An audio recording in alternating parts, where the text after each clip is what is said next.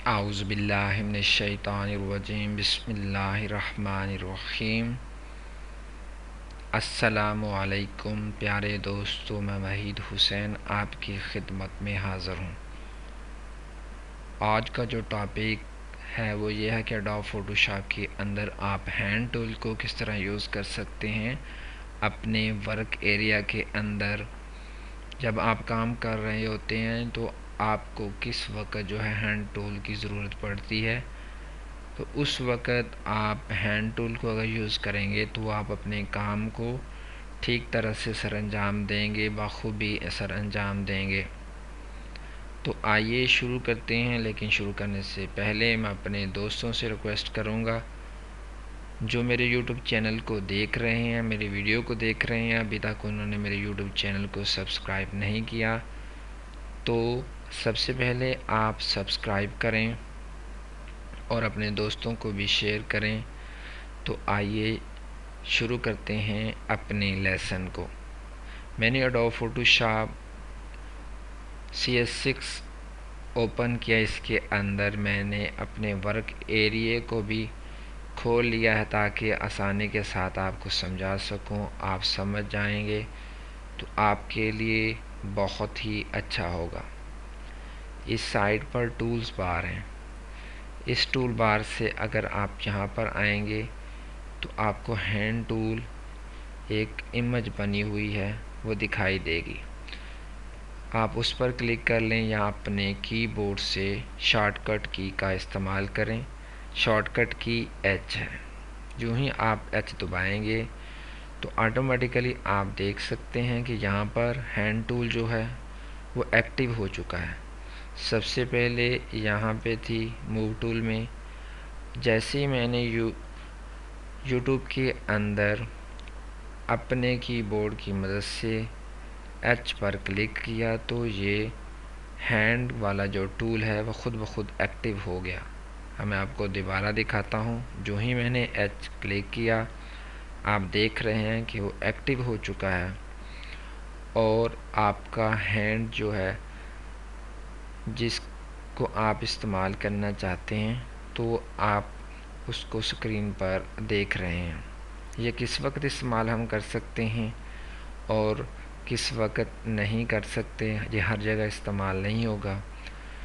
जब हम अपने वर्क एरिया को जूम करेंगे तो तब ये हैंड टूल का हम यूज़ कर सकते हैं।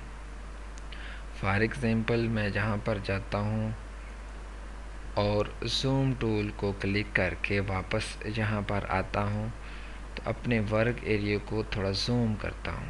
आप देख रहे हैं कि मेरा जो वर्क एरिया था वो जूम हो चुका है।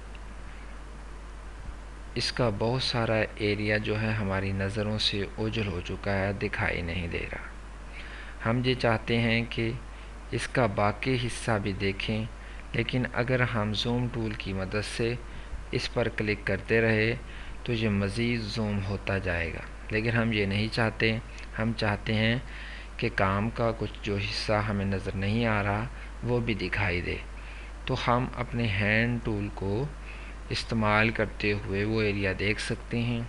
मैंने हैंड टूल को सिलेक्ट किया। आप देखिए इसको माउस की मदद से पकड़कर मैंने जब उसे ड्रैग करना शुरू किया तो मैं आसानी के साथ अपने एरिए यानी जिस पर मैं काम कर रहा हूँ आसानी से देख सकता हूँ। ये मेरा वर्क एरिया है। ये जूम हो चुका है इतना कि मुझे अपने काम का जो बाकी एरिया दिखाई नहीं दे रहा था। तो मैंने हैंड टूल की मदद से बाकी हिस्से को देखने की कोशिश की तो ये बहुत ही कारआमद साबित हुआ मेरे लिए। इसको अब मैं जो है देख सकता हूँ अपने वर्क एरिया को, और अपने वर्क एरिया के जिन कॉर्नर पर मैं काम करना चाहता हूँ वहाँ जाकर आसानी के साथ कर सकता हूँ। लेकिन ये उस वक़्त ही हैंड टूल को हम इस्तेमाल कर सकते हैं जब हम जूम इन या जूम आउट करते हैं, तो तभी हम इस हैंड टूल को जो है इस्तेमाल कर सकते हैं। लेकिन अगर हम वापस आना चाहते हैं तो मूव टूल पर आ गए और दोबारा जूम टूल पर आए तो ऊपर लिखा हुआ है actual pixel, fill screen or या प्रिंट साइज। तो मैं जो है फिट स्क्रीन पर क्लिक करता हूँ तो देखें कि मैं अपने वर्क एरिया पर वापस आ गया हूँ जहाँ पर मैं पहले था। जो मैं काम के शुरू से जिस चीज़ को मैंने ओपन किया था वो दोबारा मेरे पास आ चुकी है। मैं उम्मीद करता हूँ कि आपको मेरा ये वीडियो ट्यूटोरियल पसंद आया होगा और साथ साथ आप मेरे लिए दुआ भी करना कि अल्लाह ताला मुझे मेरे मकसद में कामयाबी अता फ़रमाए। नेक्स्ट वीडियो तक के लिए मुझे इजाज़त दीजिए।